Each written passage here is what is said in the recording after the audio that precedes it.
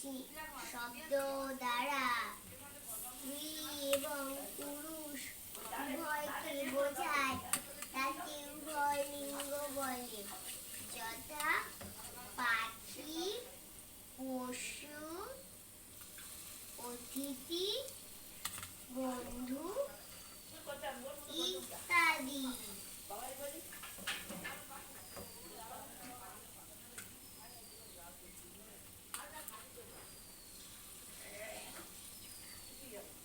লিচু ঠাল। লিচু ঠাল ফল হয়? উভয় লিঙ্গ কাকে বলে? যে সকল শব্দ